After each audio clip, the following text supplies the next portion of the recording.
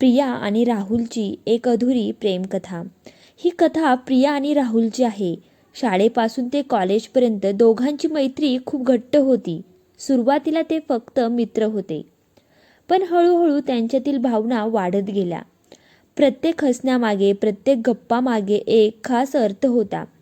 कॉलेजच्या शेवटच्या वर्षी राहुलला नोकरीसाठी दुसऱ्या शहरात जायचे होते। प्रिया आणि त्यांचे संबंध हळूहळू गहन झाले, पण भविष्य अस्पष्ट होते।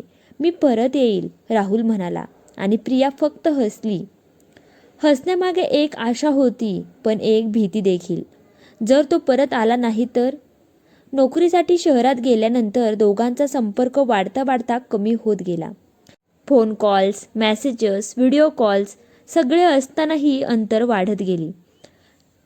काहीदा वाटत असे की प्रेम फक्त आठवणी बनून राहिले तर? एक दिवस राहुल अचानक प्रियाच्या शहरात आला। त्याने तिला भेटायचे ठरवले। दोघे भेटले, हळूच एकमेकांना मिठी दिली। त्या क्षणात वेळ थांबली होती। दोघांच्या डोळ्यांतले भाव सांगत होते की त्यांचं प्रेम आजही तसंच आहे, पण आयुष्याच्या परिस्थितीने त्यांना वेगळं केले। हेच शेवटची भेट असेल कदाचित, राहुल म्हणाला। प्रियाने फक्त हसून त्याचा हात धरला। शब्दांची गरज नव्हती, त्या मिठीतच त्यांच्या प्रेमाचा गोडवा आणि दुःख दोन्हीही सामावले होते। राहुल परत गेला आणि प्रिया त्या दिवशी शाळेतील आठवणी आठवत राहिली। त्यांच्या प्रेमाची ही कथा कधी पूर्ण झालीच नाही, ती अधुरी राहिली। पण त्या अधुरेपणातील एक गोडवा होता, जो आयुष्यभर त्यांच्या आठवणींमध्ये जिवंत राहिला।